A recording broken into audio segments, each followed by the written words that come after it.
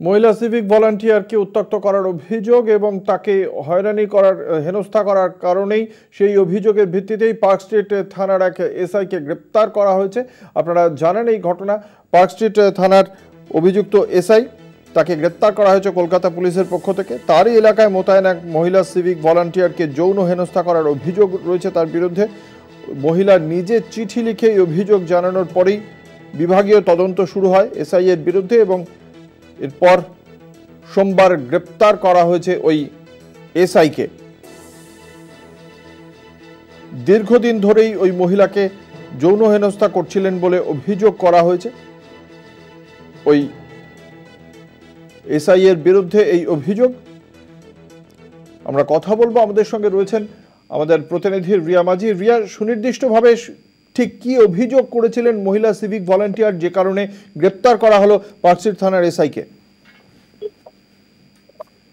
যে অভিযোগপত্র আমরা পেয়েছি ইতিমধ্যেই এবং সেখানে যেমনটা এই মহিলা উল্লেখ করেছেন, এই লেডি সিভিক ভলান্টিয়ার, যে এখানে তিনি বলেছেন যে 5 তারিখে রাত 1:10 নাগাদ তাকে যে রেস্ট রুম রয়েছে এই অভিষেক রয়, যিনি সাব ইন্সপেক্টর, ইতিমধ্যেই গ্রেফতার হয়েছে, তার রেস্ট রুমে প্রথমে তাকে ডেকে পাঠানো হয় এবং ডেকে পাঠিয়ে তাকে বলা হয় যে পুজোর জন্য সালোয়ার কামিজ দেবে এবং সেই কারণ দেখিয়ে তাকে এই সালোয়ার কামিজ দেওয়ার নাম করে তাকে শ্লীলতাহানি করা হয় এবং তার প্রাইভেট পার্টসে একাধিক জায়গায় টাচ করা হয় এবং সেই মহিলা সেই মুহূর্তে বেরিয়ে এসে যে সেখানে গার্ড ছিল সেই গার্ডকে পুরো বিষয়টা বলে, কিন্তু সেই গার্ড পুরো বিষয়টা হালকা ভাবে নেয় এবং তারপরেই তার ভাইকে ডেকে পাঠানো হয়। সেই মহিলা তার ভাইকে ডেকে পাঠায় এবং তারপরে যিনি ডিউটি অফিসার ছিলেন তার কাছে একটি কমপ্লেন দেয়, কিন্তু সেই ডিউটি অফিসার থানাতেই পুরো বিষয়টা মিটিয়ে নেওয়ার কথা বলে বলে এমনটাও সেই অভিযোগপত্র উল্লেখ রয়েছে।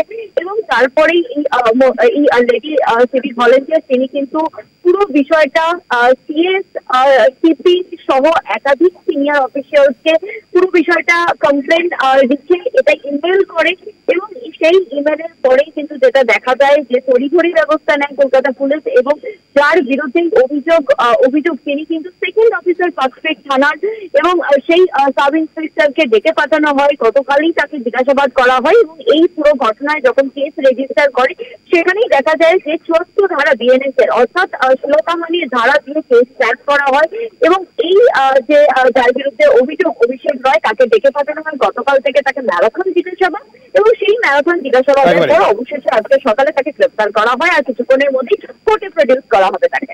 ধন্যবাদ। আমাদের সঙ্গে ছিলেন আমাদের প্রতিনিধি রিয়া মাঝি।